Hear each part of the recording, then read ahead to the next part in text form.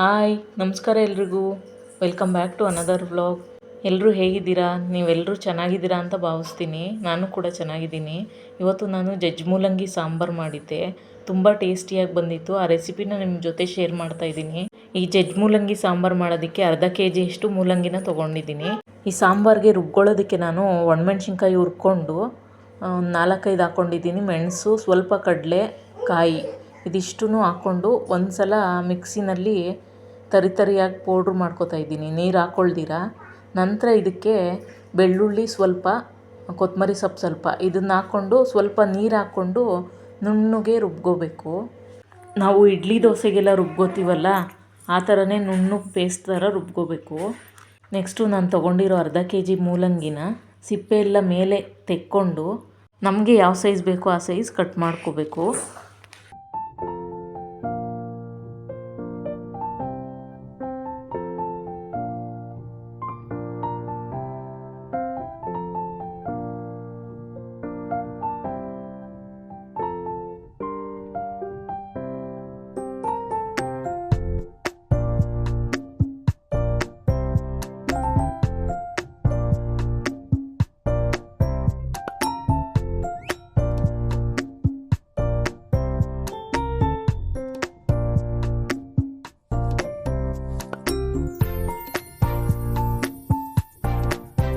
ಮೂಲಂಗಿನೆಲ್ಲ ಹಚ್ಕೊಂಡಿದ್ದಾದಮೇಲೆ ನಾನು ಕುಟಾಣಿದು ಕಲ್ಲಿರುತ್ತಲ್ಲ ಅದರಲ್ಲಿ ಕಟ್ ಮಾಡಿರೋ ಒಂದೊಂದು ಪೀಸ್ಗಳನ್ನೂ ತೊಗೊಂಡು ಈ ರೀತಿ ನಾನು ಜಜ್ಜಿಟ್ಕೊತಾ ಇದ್ದೀನಿ.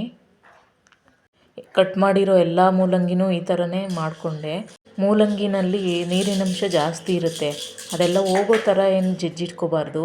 ಈ ಜಜ್ಜಿರೋ ಮೂಲಂಗಿನೆಲ್ಲ ಒಂದು ಪಾತ್ರೆಗೆ ಹಾಕ್ಕೊಂಡು ಸ್ವಲ್ಪ ಉಪ್ಪು ಹಾಕ್ಕೊಂಡು ಈ ಥರ ಟಾಸ್ ಮಾಡ್ತಾಯಿದ್ದೀನಿ.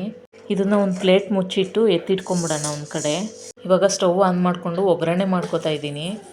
ಒಂದು ಬಾಣಲಿ ಬಿಸಿಗೆ ಇಟ್ಕೊಂಡು 2 ಸ್ಪೂನಷ್ಟು ಆಯಿಲ್ ಹಾಕ್ಕೊಂಡು ಆಯಿಲ್ ಸ್ವಲ್ಪ ಬಿಸಿ ಆದಮೇಲೆ 1 ಸ್ಪೂನಷ್ಟು ಸಾಸಿವೆ ಹಾಕ್ಕೊಂಡೆ. ಅದು ಸ್ವಲ್ಪ ಸಿಡಿದ ಮೇಲೆ ಕರಿಬೇವಿನ ಸೊಪ್ಪು ಸ್ವಲ್ಪ, ಜಜ್ಜಿರೋ ಬೆಳ್ಳುಳ್ಳಿ ಸ್ವಲ್ಪ, ಒಣಮೆಣ್ಸಿನ್ಕಾಯಿ ಅಥವಾ ಬ್ಯಾಡಗೆ ಮೆಣಸಿನ್ಕಾಯಿ ಅದನ್ನು ಸೇರಿಸ್ಕೊಂಡು ಸ್ವಲ್ಪ ಫ್ರೈ ಮಾಡ್ಕೊತಾ ಇದ್ದೀನಿ. ಇದೆಲ್ಲ ಚೆನ್ನಾಗಿ ಫ್ರೈ ಆದಮೇಲೆ ರುಬ್ಬಿರೋ ಮಸಾಲಾನ ಇದಕ್ಕೆ ಸೇರಿಸ್ಕೊಂಡು ಚೆನ್ನಾಗಿ ಮಿಕ್ಸ್ ಮಾಡ್ಕೊತಾ ಇದ್ದೀನಿ. ಇದಕ್ಕೆ ನೀರನ್ನ ನೋಡ್ಕೊಂಡು ಹಾಕ್ಕೋಬೇಕು, ಯಾಕೆಂದರೆ ನೀರು ಜಾಸ್ತಿ ಹಾಕ್ಕೊಂಡ್ರೆ ಟೇಸ್ಟು ಚೆನ್ನಾಗಿರೋದಿಲ್ಲ.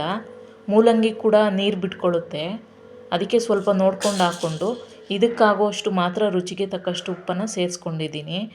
ಮೂಲಂಗಿಗೆ ಕೂಡ ಉಪ್ಪಾಕಿ ನೆನೆಸಿಟ್ಟಿರೋದ್ರಿಂದ ನೋಡಿಕೊಂಡು ಉಪ್ಪು ಹಾಕ್ಕೋಬೇಕಾಗುತ್ತೆ. ಈ ಮಸಾಲೆ ಎಲ್ಲ ಒಂದು ಕುದಿ ಬಂದರೆ ಸಾಕಾಗುತ್ತೆ, ಜಸ್ಟ್ ಒಂದು ಸಲ ಕುದಿಸ್ಕೋಬೇಕು. ಜಾಸ್ತಿ ಬೇಯಿಸಿದಷ್ಟು ಟೇಸ್ಟು ಚೆನ್ನಾಗಿರೋದಿಲ್ಲ. ನೋಡಿ, ಇಷ್ಟಾದಮೇಲೆ ಆಫ್ ಮಾಡ್ಕೊತಾ ಇದ್ದೀನಿ, ಸ್ಟವ್ ಆಫ್ ಮಾಡಿ. ನಂತರ ಇದನ್ನು 1 ನಿಮಿಷ ಹಾಗೆ ಬಿಟ್ಬಿಡಬೇಕು. ಬಿಸಿ ಏನಿರುತ್ತೆ ಸ್ವಲ್ಪ ಕಡಿಮೆ ಆಗಬೇಕು.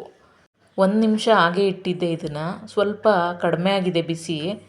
ಬಿಸಿ ಎಲ್ಲ ತಣ್ಣಗಾದ್ಮೇಲೆ ಸೇರ್ಸೋಕೆ ಹೋಗಬಾರ್ದು, ಸ್ವಲ್ಪ ಬಿಸಿ ಇದ್ದರೆ ಸಾಕಾಗುತ್ತೆ. ಮಸಾಲೆ ಎಲ್ಲ ಒಗ್ಗರಣೆ ಮಾಡಿಕೊಂಡು ಸ್ವಲ್ಪ ಕುದಿಸ್ಕೊಂಡು 1 ನಿಮಿಷ ಹಾಗೆ ಬಾಣಲಿಲಿ ಬಿಟ್ಟು ನಂತರ ಈ ಥರ ಮಿಕ್ಸ್ ಮಾಡಿಕೊಂಡ್ರೆ ಈ ಜಜ್ಜಿ ಮೂಲಂಗಿ ಸಾಂಬಾರು ರೆಡಿಯಾಗಿಬಿಡುತ್ತೆ. ಮೂಲಂಗಿನ ನಾವು ಬೇಯಿಸ್ಕೊಂಡು ತಿನ್ನೋದಕ್ಕಿಂತ ಹಸಿ ಮೂಲಂಗಿ ನಮ್ಮ ಬಾಡಿಗೆ ತುಂಬ ಒಳ್ಳೆಯದು. ನಮ್ಮಮ್ಮ ಅವಾಗವಾಗ ಮಾಡ್ತಾಯಿದ್ರು ಈ ಸಾಂಬಾರು, ತುಂಬ ಟೇಸ್ಟಿಯಾಗಿ ಮಾಡೋರು. ನಾವು ಎಷ್ಟೇ ಮಾಡೋಕ್ಕೋಗಲಿ ಅವ್ರ ಥರ ಟೇಸ್ಟು ಬರೋದಿಲ್ಲ. ಮುದ್ದೆ ಜೊತೆ, ಅನ್ನದ ಜೊತೆ ತುಂಬ ಚೆನ್ನಾಗಿರುತ್ತೆ. ಸಿಂಪಲ್ಲಾಗಿ, ಈಸಿಯಾಗಿ, ಬೇಗನೆ ಆಗುವಂಥ ಸಾಂಬಾರು ಇದು. ಎಲ್ರಿಗೂ ನಿಮ್ಗೆ ಇಷ್ಟ ಆಗುತ್ತೆ. ಒಂದು ಸಲ ಟ್ರೈ ಮಾಡಿ ಹೇಗಿರುತ್ತೆ ಅಂತ ಕಮೆಂಟ್ ಮಾಡಿ ತಿಳಿಸಿ. ಖಂಡಿತ ನಿಮ್ಗೆ ಇಷ್ಟ ಆಗುತ್ತೆ ಅಂದ್ಕೊಂಡು ಈ ವಿಡಿಯೋನ ಇಲ್ಲಿಗೆ ಎಂಡ್ ಮಾಡ್ತಾಯಿದ್ದೀನಿ. ಈ ವಿಡಿಯೋ ನಿಮಗೇನಾದರೂ ಇಷ್ಟ ಆದರೆ ಪ್ಲೀಸ್ ಲೈಕ್ ಮಾಡಿ, ಶೇರ್ ಮಾಡಿ, ಸಬ್ಸ್ಕ್ರೈಬ್ ಮಾಡಿ. ಹೊಸಬ್ರು ಯಾರೆಲ್ಲ ನೋಡ್ತಾ ಇದ್ದೀರಾ ಪ್ಲೀಸ್ ಸಬ್ಸ್ಕ್ರೈಬ್ ಮಾಡ್ಕೊಂಡು ನೋಡಿ. ನೀವು ಸಬ್ಸ್ಕ್ರೈಬ್ ಮಾಡಿ ಪಕ್ಕದಲ್ಲಿರೋ ಬೆಲ್ ಐಕಾನ್ನ ಕ್ಲಿಕ್ ಮಾಡೋದ್ರಿಂದ ನನ್ನ ಪ್ರತಿ ವಿಡಿಯೋ ನೋಟಿಫಿಕೇಷನ್ನು ನಿಮ್ಮ ಫೋನಿಗೆ ಬರುತ್ತೆ. ನೆಕ್ಸ್ಟ್ ವಿಡಿಯೋದಲ್ಲಿ ಸಿಗ್ತೀನಿ. ಅಲ್ಲಿವರೆಗೆ ಥ್ಯಾಂಕ್ಸ್ ಫಾರ್ ವಾಚಿಂಗ್.